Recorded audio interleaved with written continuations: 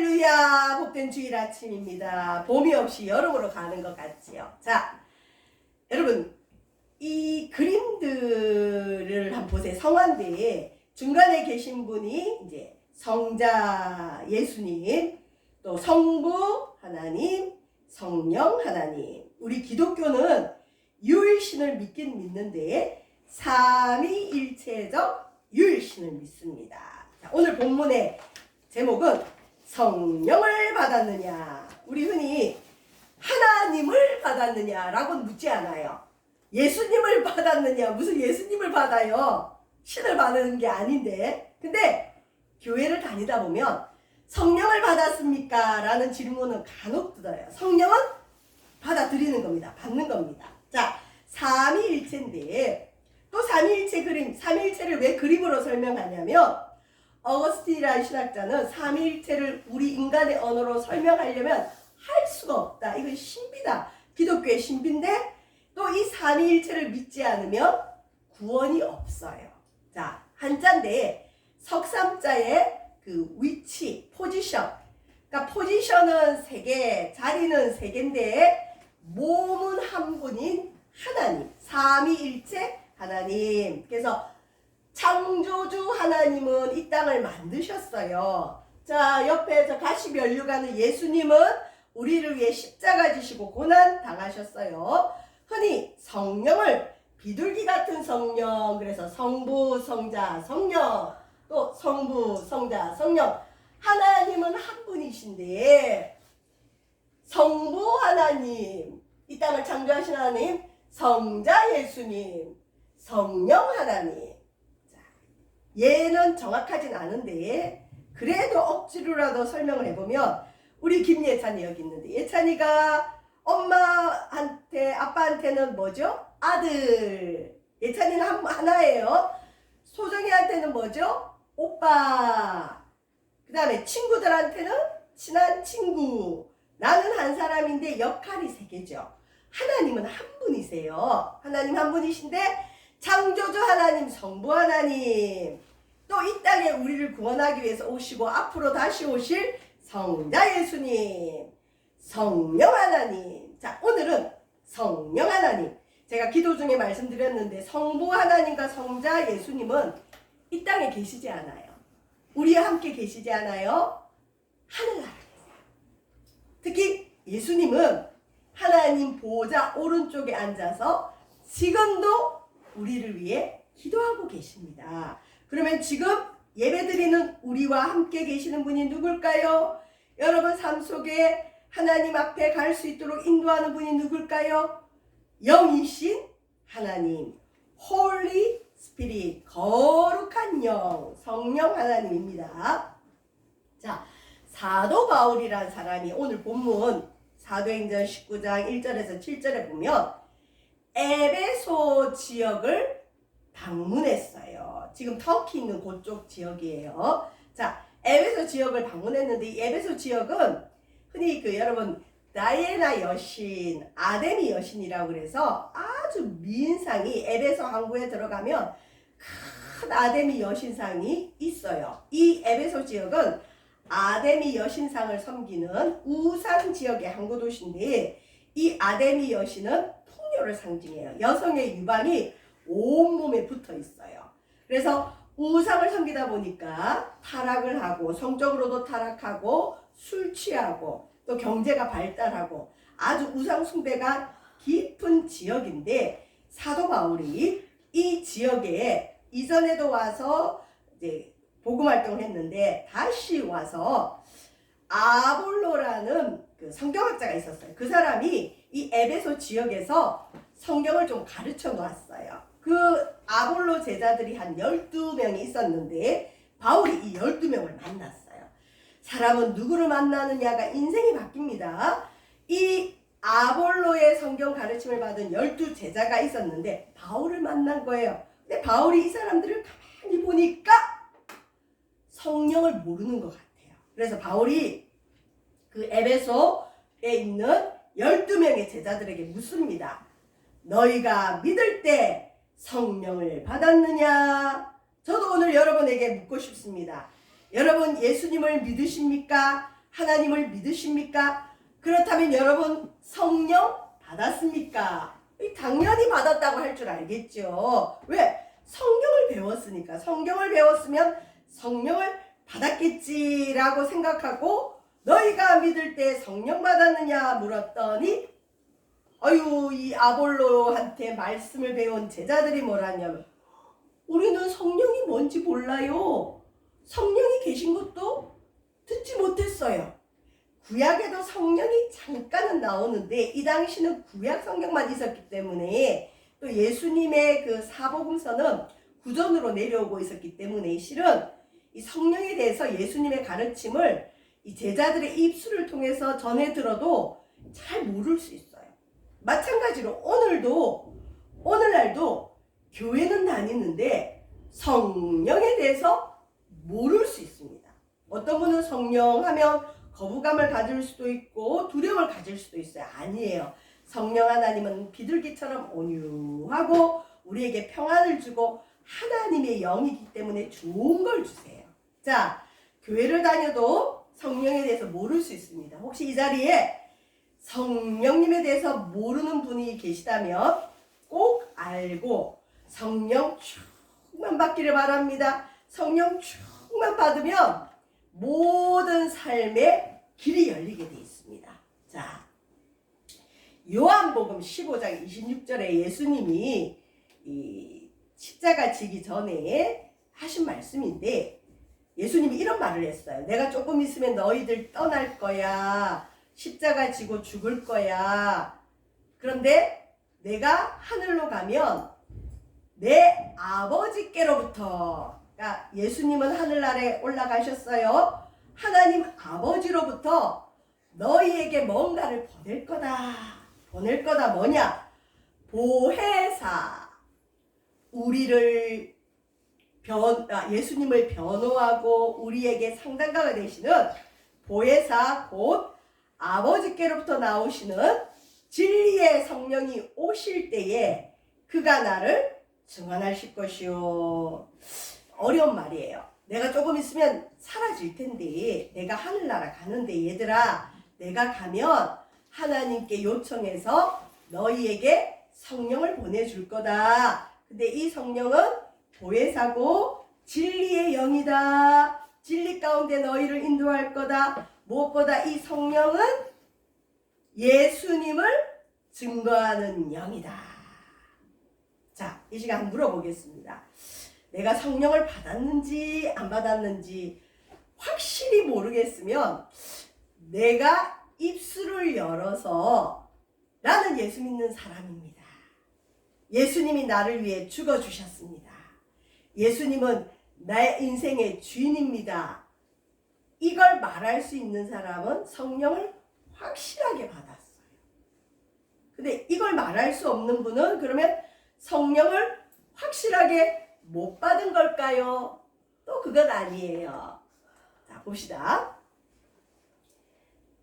그렇게 얘기할까봐 바울이 고린도 교인들에게 이 말씀을 했어요. 고린도 교회는 성령의 은사가 많았던 교회예요. 성도들이 예언도 하고 방언도 하고 기적도 일어나는데 자기가 받은 그 성령의 역사가 없으면 너는 성령 못 받았다 정죄할까봐 바울이 정확하게 이렇게 얘기합니다.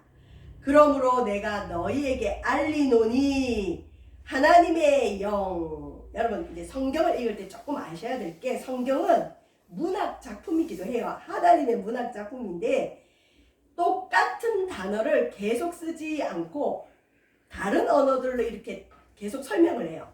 성령, 거룩한 영인데 또 성령을 하나님의 영이라고 부르기도 하고 보혜사라고 부르기도 하고 그래 예수의 영이라고 하기도 하고 그럽니다. 자, 하나님의 영, 성령. 성령으로 말하는 자는 누구든지 예수를 저주할 자를 하지 아니하고. 자, 여기 혹시 계신 분 중에 나는 예수님을 저주할 자라 하고 합니다 하는 분 있어요? 그렇다면 여기 안 앉아 계시겠죠? 내가 예수님을 욕하지 않는다면 하나님의 영이 오신 거예요. 하나님의 영이 오셨는데 이제 본인이 아직 잘 몰라요. 다음, 성령으로 아니하고는 누구든지 예수님을 주인이라 할 수 없다. 예수님을 주라 고백할 수 있는 건 성령이 오셨기 때문입니다. 그래서 이 시간 세례를 받을 때 성부, 성자, 성령의 이름으로 세례를 주는데 그때 문답 중에 당신은 당신의 인생의 주인을 예수님이라고 고백하겠습니까? 주인이 바뀌는 거예요. 그때 내가 아멘 할 수 있으면 그분은 성령 받은 겁니다. 근데 그게 아직 안 되는 분은 조금 더 하나님에 대해서 연구하고 묵상해 가야 됩니다. 자, 그러면 난 성령을 못 받았네요. 그럴 수 있어요. 근데 여러분 또 아셔야 될 게 교회를 오는 것 자체는 성령이 이끌어서 와요. 아직 성령을 못 받을 수는 있어요. 그러나 성령이 이끌어요. 이 선제적 은혜라 그러는데 먼저 주님이 은혜를 주세요. 이상하게 교회가 가고 싶어요. 그리고 교회 오면 찬양이 되고 입술이 열리는 거 있어요. 여러분 입술이 열리는 건 확실하게 성령 받는 겁니다. 저는 이전에 교회를 다닐 때 설교가 그렇게 어렵더라고요. 그때 제가 성령을 못 받을 때였나. 큰 교회를 가서 설교를 들어보면 들리겠지 하고 큰 교회를 가서 들어봐도 무슨 말인지 알 수가 없어요. 그럼 작은 교회를 가면 또 되게 설교가 들릴까 하고 작은 교회를 가봤는데 거기도 또 여전히 설교가 알아들을 수가 없이 어렵더라고요. 근데 그러면 제가 하나님께 은혜를 못 받았느냐? 아니에요. 뭐가 있었냐면 그냥 교회 오면 마음이 평안했어요. 그것도 성령의 역사입니다. 그러니까 전에 우리 에스겔 살리는 물, 은혜의 강물 배울 때 배웠지만 어떤 사람은 물이 세례물, 발목까지 은혜. 제가 그때는 발목까지 은혜였어요. 발목까지 은혜는 뭐죠? 내게 물이 있는지 없는지 잘 몰라요. 그냥 물이 있긴 있는데 내 마음대로 다닐 수 있는 상태. 물이 무릎 정도면 물이 있는 건 알아요. 그래도 내가 주인 돼서 살아갈 수 있어요. 그분이 그러면 성령을 못 받았느냐? 아니죠. 성령이 오신 겁니다. 근데 여기서 이제 말하고 싶은 건 뭐냐? 성령의 충만함을 받아야 된다는 겁니다. 자, 다음 넘어가겠습니다. 물 세례가 있어요. 여기 유아 세례 받은 분들도 있고 일반 세례 받은 분도 있겠지만 세례는 성부와 성자와 성령의 이름으로 세례를 받는데 여러분 물 세례는 우리 기독교 외에도 다른 종교도 있어요. 예식으로. 물 세례는 뭘 의미하느냐? 물은 깨끗하게 한다는 의미죠. 물 세례는 회개의 세례입니다. 혹시 이 가운데 세례 안 받으신 분이 있다면 세례 받기를 권면해 드립니다. 자, 바울이 그 에베소의 12제자가 우리는 성령이 있는지 몰라요. 성령이 있는 줄 모르는데 무슨 우리가 성령을 받겠습니까? 그랬어요. 그때 바울이 묻습니다. 점검하죠. 그러면 너희가 무슨 세례를 받았느냐 묻습니다. 여러분 무슨 세례를 받았습니까? 당연히 이 당시 사람들은 세례 요한의 세례를 받았습니다. 예수님의 세례를 받지는 않았어요. 이 당시 세례 요한의 세례. 근데 세례 요한의 세례는 뭐냐면 세례 요한은 예수님을 증거하는 사람이기 때문에 예수님을 고백하는 세례를 받아야 되는데 이게 조금 변질이 돼서 그냥 세례 요한을 메시아처럼 받는 세례면 잘못된 세례예요. 그래서 바울이 뭐라고 하느냐 4절 보시면 요한이 회개의 세례를 베풀며 그러니까 세례 요한은 회개의 세례 회개하라 이 독사의 자식들아 그랬어요. 여러분 어떤 목회자가 나타나서 여러분에게 회개 안 하면 너 죽어 그러면 기분 나빠요? 엄청 나쁘죠. 세례하는 거의 이렇게 접근했어요. 근데 사람들이 통회하며 자복하며 세례 요한의 세례를 받았어요.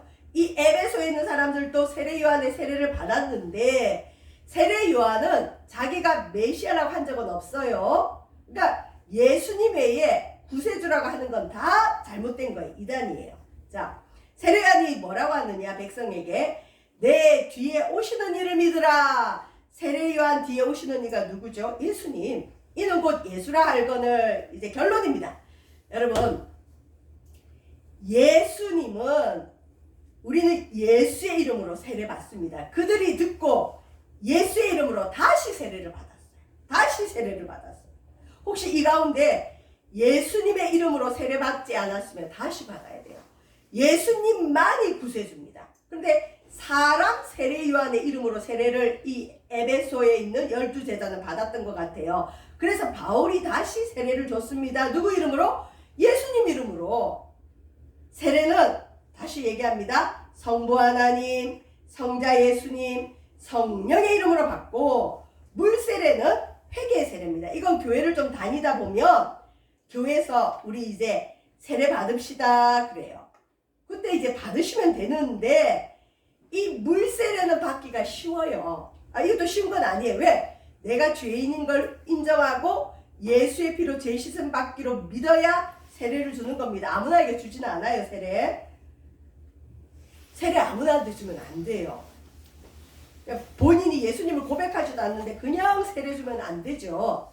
반드시 예수님을 고백하는 사람에게 세례 주는 겁니다.